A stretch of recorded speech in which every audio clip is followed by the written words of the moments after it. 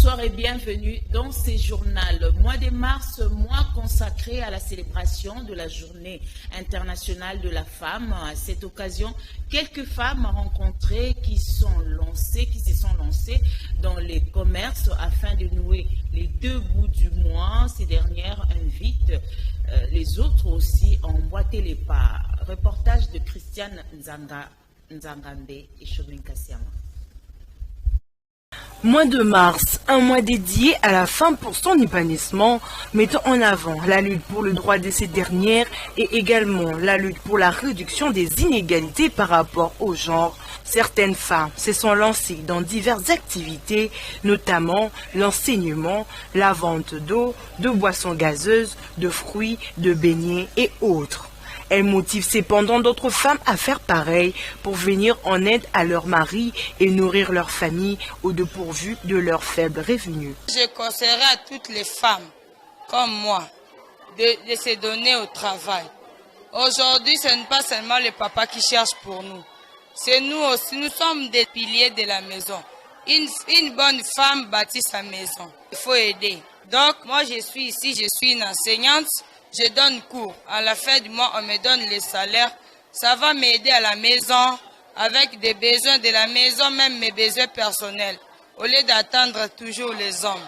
Parce que la femme, c'est elle qui soutient l'homme. L'homme peut tomber malade aussi, non?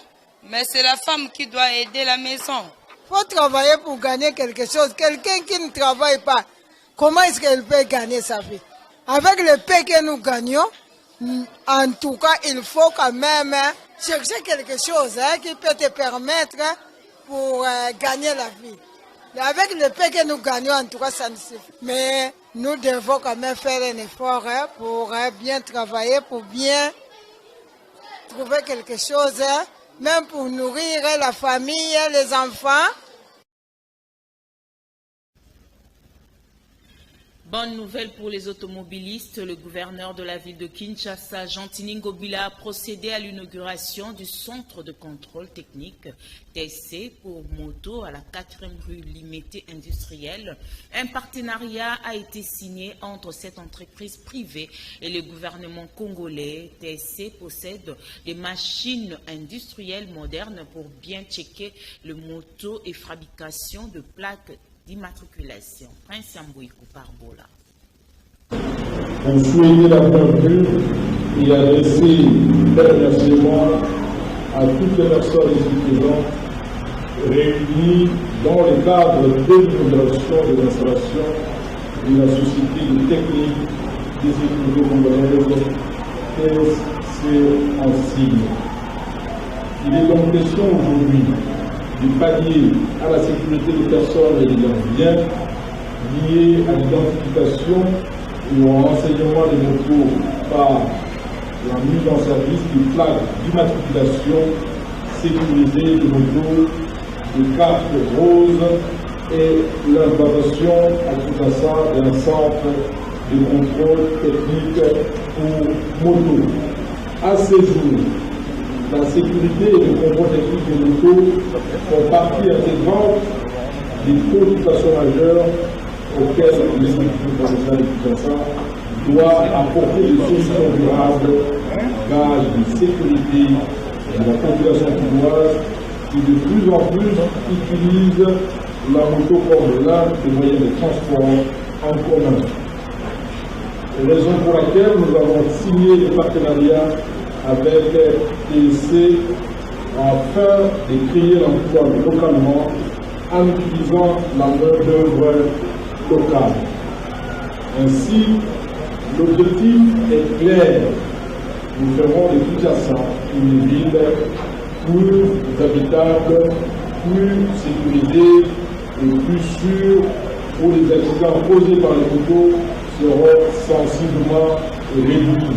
Toute moto sera retraçable par des renseignements fiables à travers un logiciel plus performant en vue d'authentifier la carte rose dans l'optique de faciliter les éléments de la police routière, la recherche de la plaque d'immatriculation, soit par le numéro de la plaque, soit par les numéros du châssis, soit par le numéro du moteur, soit encore par le nom du propriétaire physique ou moral.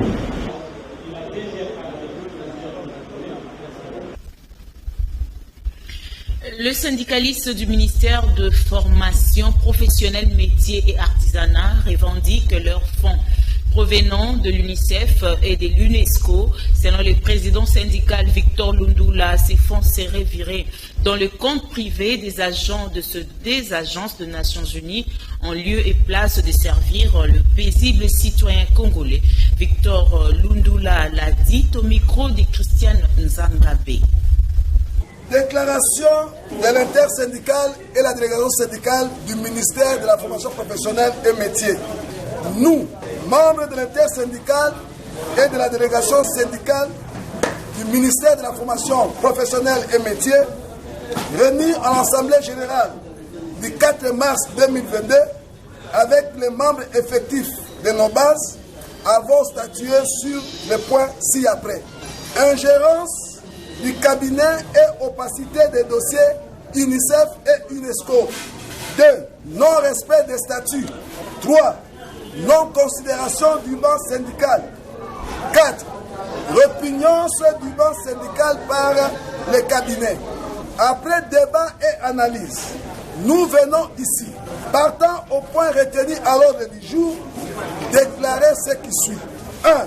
Que la lumière soit faite au compte bancaire de l'UNICEF et UNESCO, octroyés au ministère en vue de léguer toute opacité autour de leur gestion. 2. La non-ingérence du cabinet à l'administration du ministère. 3. Que les dossiers de suspension des agents et 4 puissent suivre son cours normal jusqu'à la clôture en respectant les textes légaux. 4. Que le banc syndical soit respecté à toute réunion et aussi représenté dans les réunions qui engagent les agents et cadres du ministère. 5. La considération sans faille du banc syndical du ministère de la fonction professionnelle et métiers par l'employeur. En conclusion, nous exigeons une commission paritaire, banc syndical du ministère de la fonction professionnelle et métiers, le gouvernement de la République et le Parlement. Une délégation américaine mixte composée d'officiers militaires et du département américain du travail a été reçue par le président de la République, Félix Antoine Tshisekedi Tshilombo. C'est le rétablissement de relations de coopération en matière de sécurité était au centre de leurs entretiens. Suivons. Washington soutient Kinshasa dans son engagement à renforcer le professionnalisme de ses forces armées. Une délégation américaine mixte constituée d'officiers militaires et du département américain du travail, conduite par l'ambassadeur américain RDC Mike Hammer, l'a dit au président de la République Félix Antoine Tshisekedi Tshilombo ce mercredi dans la soirée, lors d'une audience qui leur a été accordée. Cette délégation a en outre encouragé le rétablissement des relations de coopération en matière de sécurité entre les deux pays. Nous avons discuté avec son Excellence. Nous avons parlé de la sécurité de coopération. Nous avons parlé de l'assistance de coopération aussi entre les États-Unis et la République démocratique du Congo. Et nous avons discuté en même temps la professionnalisation des militaires. Son Excellence était très content et il a beaucoup apprécié notre coopération de partnership avec la DRC et nous, en tant que les forces armées américaines, nous voudrons continuer cette relation de coopération entre les Américains et la DRC. S'agissant des questions liées aux droits de travailleurs, le département américain du travail a salué le partenariat existant entre la République démocratique du Congo et les États-Unis d'Amérique en ce qui concerne la protection des travailleurs et des enfants qui travaillent dans les secteurs de mines. Nous sommes ici pour renforcer le cadre de la protection des travailleurs et surtout la protection des enfants dans le secteur des mines. Pour renforcer la venue des investisseurs étrangers en RDC, il faut renforcer le droit des travailleurs et que l'extraction se fasse avec transparence et respect des droits des travailleurs. Entre Kinshasa et Washington, les relations de coopération sont de plus en plus conviviales. Le pape François en visite en RD Congo du 2 au 5 juillet 2022. L'annonce a été faite au cours d'une communication à laquelle a pris part le Premier ministre, le président de la SENCO et l'archevêque de Kinshasa. C'était au centre d'accueil Caritas Congo. Jules Boulembi nous en parle. Confirmé, le pape François va visiter la République démocratique du Congo, plus précisément Kinshasa et Goma, du 2 au 5 juillet 2022. 37 ans après, c'est la troisième visite d'un pape en République démocratique du Congo, et c'est là après 1980 et 1985 avec le pape Jean-Paul II. Le pape François amène en République démocratique du Congo un message de paix, de réconciliation et d'encouragement, a dit l'annonce apostolique. Monseigneur Outembi, quant à lui, confie cette visite à Dieu pour qu'elle se passe dans de très bonnes conditions. Le cardinal Ambongo a appelé tout le monde à se préparer avec le rendez-vous de grâce et de bénédiction, car, a-t-il conclu, cette visite du pape François est un moment de réconciliation pour tous. Abordant dans le même sens, le Premier ministre a dit merci au pape François d'avoir répondu à l'appel du chef de l'État Félix Antoine Tshilombo Tshisekedi. Cette visite, a martelé Jean-Michel Samaloukonde, s'inscrit dans le cadre de rapprochement des relations diplomatiques entre la République démocratique du Congo et le Vatican. Joie d'accueillir l'annonce de la venue de sa sainteté, de Saint-Père pape François. Entre le 2 et le 5 juillet de cette année.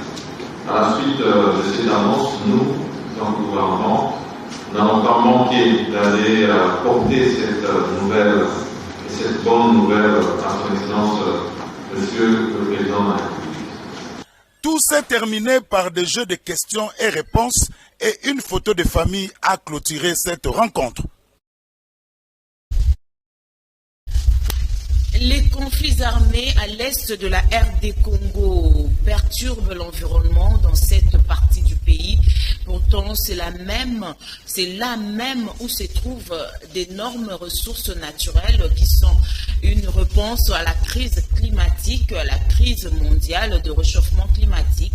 Ces propos sont d'Ève Bazaïba, vice-première ministre, ministre en charge de l'environnement, à la clôture de la 5e session des Nations Unies pour l'environnement depuis Nairobi, propos recueillis par Prince Yamboui.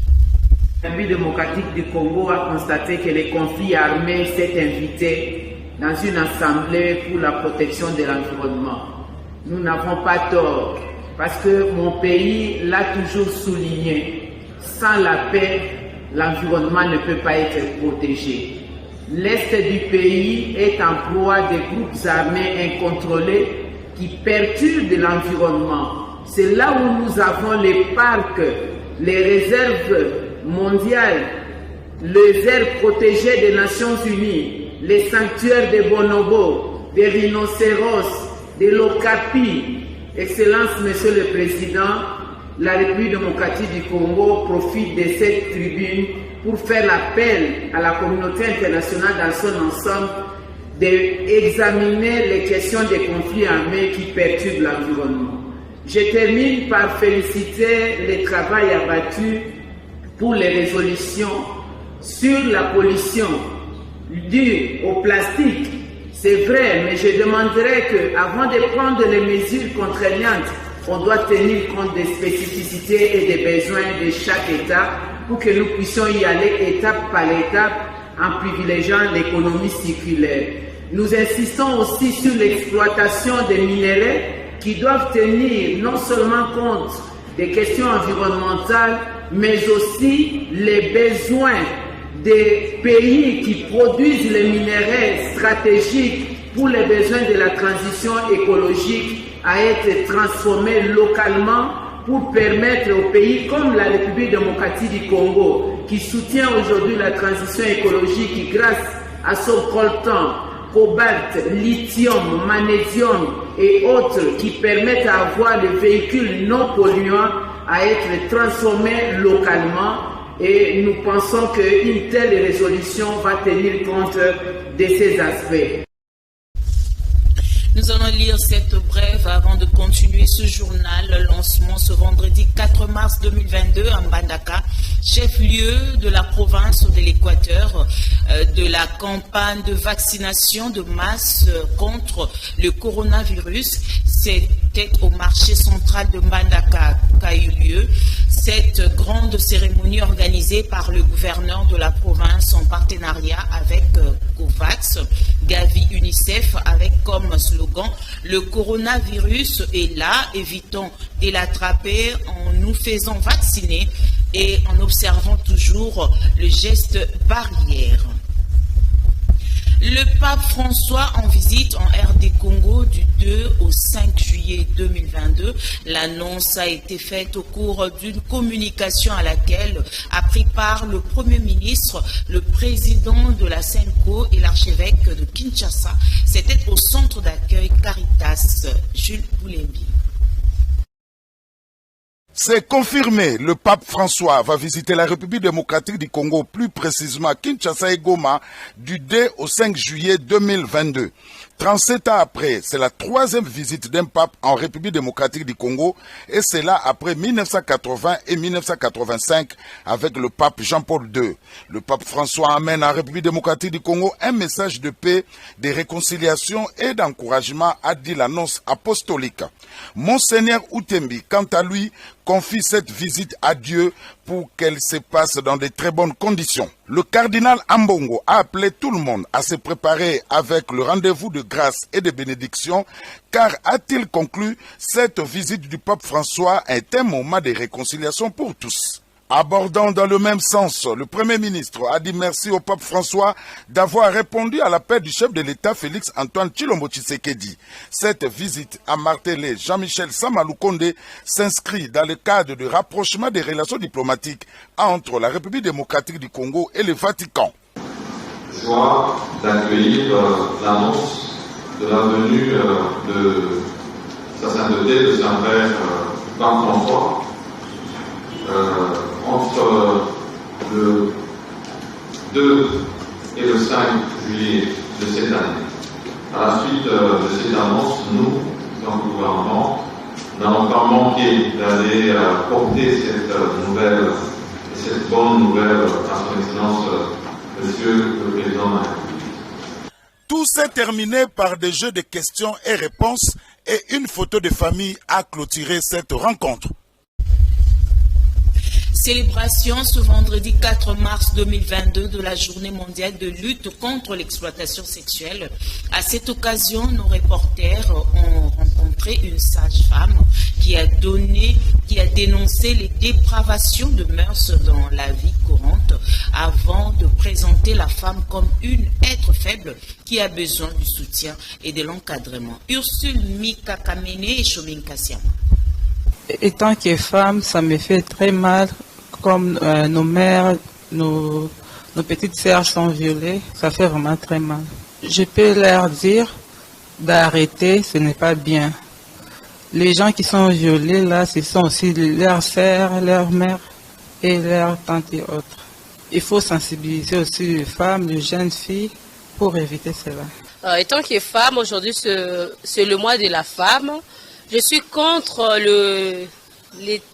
les manifestations qui se passent tout autour du pays, partout. Les femmes sont violées, les femmes sont maltraitées partout, même au foyer. Les femmes sont mal considérées et tout, ce n'est pas bien.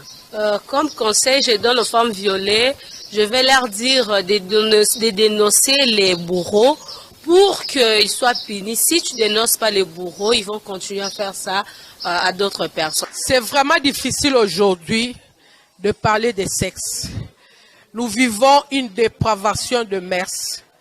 Nous voyons d'abord avec le mariage autorisé par le monde, où nous voyons femmes mariées, hommes mariés. Mais ce qui nous tique aujourd'hui, avec les vidéos que nous sommes en train de suivre, les femmes en train de faire les rapports sexuels avec les chiens.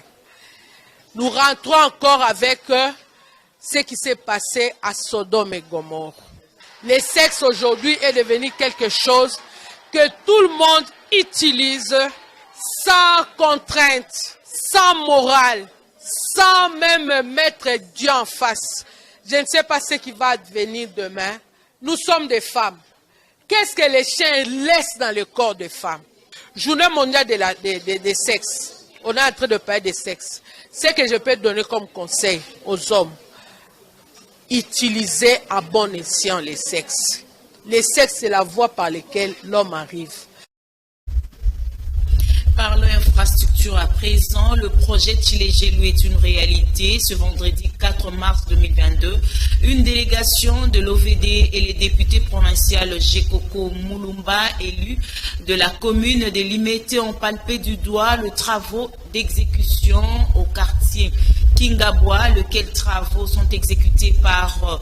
C'était les travaux de réhabilitation au quartier Kingabwa, lesquels travaux sont exécutés par Trekset. Tshilé-Gelou est un projet initié par le chef de l'État Félix Antoine Tshisekedi Tshilombo. Suivons. C'était sous une pluie battante que la délégation de l'Office de voiries et drainage, conduite par le sous-directeur technique Julio Kisoso et les députés nationaux Gekoko Mulumba, ont inspecté ensemble les travaux en cours d'exécution, des constructions et celui des réhabilitations des avenues TP et Kingabwa dans la commune de Limete. Ces travaux inscrits dans le cadre du projet Tshilé-Gelou avancent sans embâche. En effet, sur l'avenue TP, l'entreprise Trekset a construit des collecteurs pour l'évacuation des eaux. Ils ont en outre remblayé la chaussée jusqu'à la couche de base. Ces travaux s'exécutent sous la supervision de l'OVD. Pour la chaussée, vous avez déjà vu, nous sommes en train de bétonner. Nous allons bétonner sur 500 mètres. La chaussée souple aura 2000 mètres de longueur. Alors, les travaux sont inscrits au programme Tshilé-Gelou. C'est un programme du chef de l'État, comme vous le savez bien. Et les financements, c'est un mode PPP, partenariat public-privé. Sur l'avenue Kingabwa, pour revêtir la dite avenue de sa plus belle robe d'antan, 240 mètres linéaires sont revêtus en matériaux rigides, c'est-à-dire en béton armé. Les députés provinciaux de la commune de Limete, Gekoko Mulumba, très satisfait et s'est exprimé en ce terme. Ça, il faut le dire, j'ai palpé du doigt. C'est pas aujourd'hui, j'ai fait la ronde parce que j'habite les quartiers. Et j'ai beaucoup aimé parce qu'il y a une forte précision aujourd'hui de la part de l'OVD, parce qu'il y a eu quand même des gens qui ont voulu personnaliser ces projets, alors que c'est les projets Tshilé-Gelou, initiés par le chef de l'État, M. Antoine Félix Tshilombo. Pour moi, c'est une joie, au fait. Quand Kingabwa aujourd'hui bénéficie d'un projet bien précis Tshilé-Gelou, c'est la preuve que Kingabwa n'a jamais été oublié. Kingabwa a ses élus. Nous avons demandé à ce que ces projets soient matérialisés à Kingabwa. Et pour moi, comme je vous ai dit tout à l'heure, c'est une joie. Et j'ai vu de mes propres yeux. Et vous voyez, la qualité et les normes sont vraiment respectées.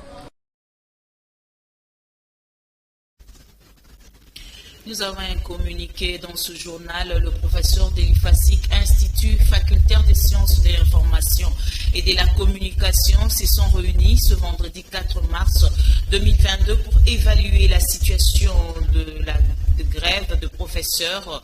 L'API prend acte du principe de suspension des grèves affirmé dans le communiqué du RAPUCO du 2 mars dernier. Par conséquent, l'API annonce que la reprise des enseignements interviendra à l'issue de travaux de la commission paritaire qui démarre le lundi 7 mars conformément au protocole d'accord fait à Kinshasa le 4 mars 2022.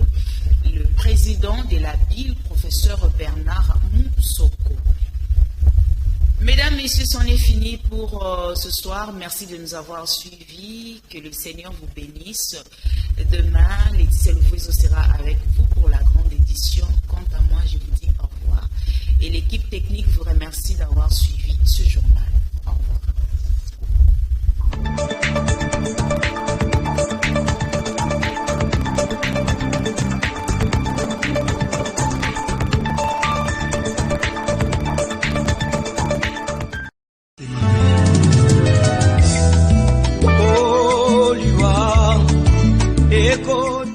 Le cabinet de son Excellence, Madame le vice-premier ministre, ministre de l'Environnement et Développement durable, à la profonde douleur